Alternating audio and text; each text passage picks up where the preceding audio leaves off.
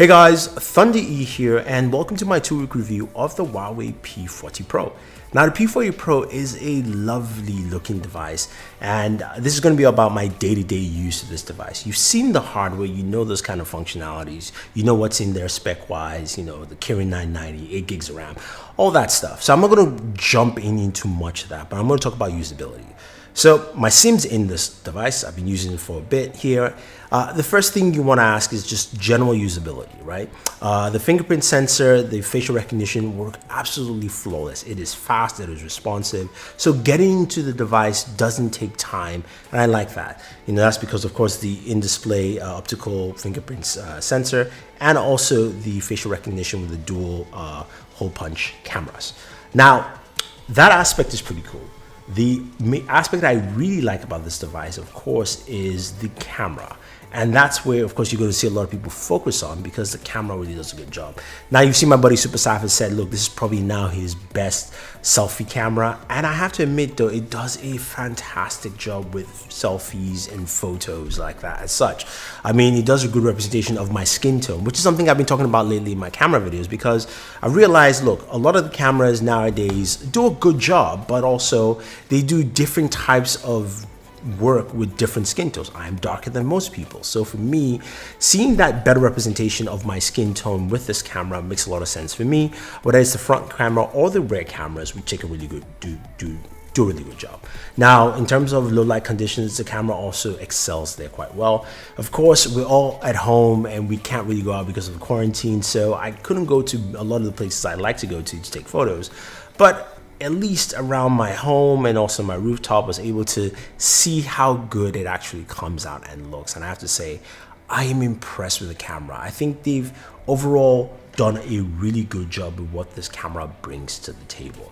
Now, before we go away from camera, you're thinking, okay, what about the different zooms and things like that? That's also solid. And I have a camera video versus the Galaxy S20 Ultra. You can go check it out to see what it actually does there and to see how it compares with another camera that has a zoom lens. Now, I said earlier my SIM card is in the device. So what about day-to-day use? How do I use the device? What about my apps and things like that?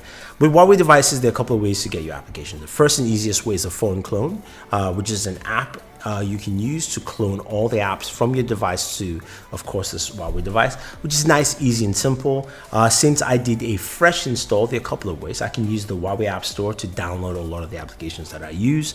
Now, not every application is there, so what I ended up using for a lot of the other applications I wanted to use is APK Pure. I really love these guys. Now, this is not sponsored or anything. APK Pure is a site that you can download APKs. If you download the application from their website, you can go ahead and install directly from the app. It acts as an app store on its own as well. So that is actually pretty cool. Also tells you about updates for your application. So you don't have to worry about not having the latest version of application. It will work there as well. So being able to go in, play, you know, get my Amazon store, Netflix, Pinterest, you name it, all those kind of applications that you really want to use are also key. Now, some of you will go, okay, what about banking app? So what I've done is gone ahead and pinned my banking sites to my desktop. I use the Edge browser. Again, this is not sponsored.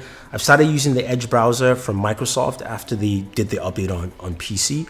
And I have to tell you, I really like this browser. So the ability to pin those apps. So I've got my Bank of America, I've got my other banking apps. I also even have YouTube pinned in as well, because of course I can't use YouTube on this device directly. Now, in terms of email, I use Outlook. I love using Outlook, and you can use all your email services on there. Yes, even Gmail too. So there are ways to use this device, and I think if you just spend just a little time in actually getting what you want, you'll be able to use this device quite effectively. And I have to say though, for a device like this, it covers, usability is really good once you have everything set up. My day-to-day was easy to navigate between most of the things I want to do, except of course, since I'm a YouTuber, the YouTube Studio app is just one thing I cannot use. But again, I'm a special case, and that's not for everyone, right? So for me, I would say usability has been great, and people will ask about that to realize that this device is something you can use on a day-to-day day-to-day basis. Now, this video is not sponsored by anyone, not by Huawei, not by any of the apps I mentioned. It's just the fact that that's what I've been using, and that's how I've used it, and it's worked quite well. Now, when you're talking about day-to-day usability, what about battery life? How does this actually function? You know, what kind of battery life am I getting? I have a 90 hertz display now on the Kirin 990. It's a 5G device. So I've got my T-Mobile SIM here. It doesn't support 5G for the US here, but I will tell you my battery life has been really, really good. I've been able to do a full day with it, no issues. Of course, just using the device as is. So I do like that. Now, this is coupled with a 4200 milliamp battery built into the P40 Pro. The other benefits of this device too is that you've got some really nice charging speeds. You've got a 40 watt wired charger and a 27 watt wireless charger. Now, you can check out my results with the comparison against the Galaxy S20 Ultra to see how well it performs in terms of charging. It's about 59 minutes or so, I think, for the wired charging. The wireless charging is like an hour 17, which is great. So think about it, 27 watts wirelessly charges this device.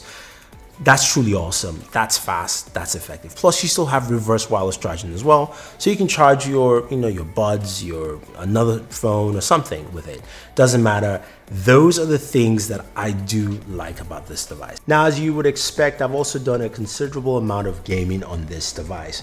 And what I can tell you off the bat is that all the games you care about, all the high performing games that you like to play, PUBG, Call of Duty Mobile, Fortnite, run really well on this device. There are no hiccups. The Kirin 990 processor does a really good job there.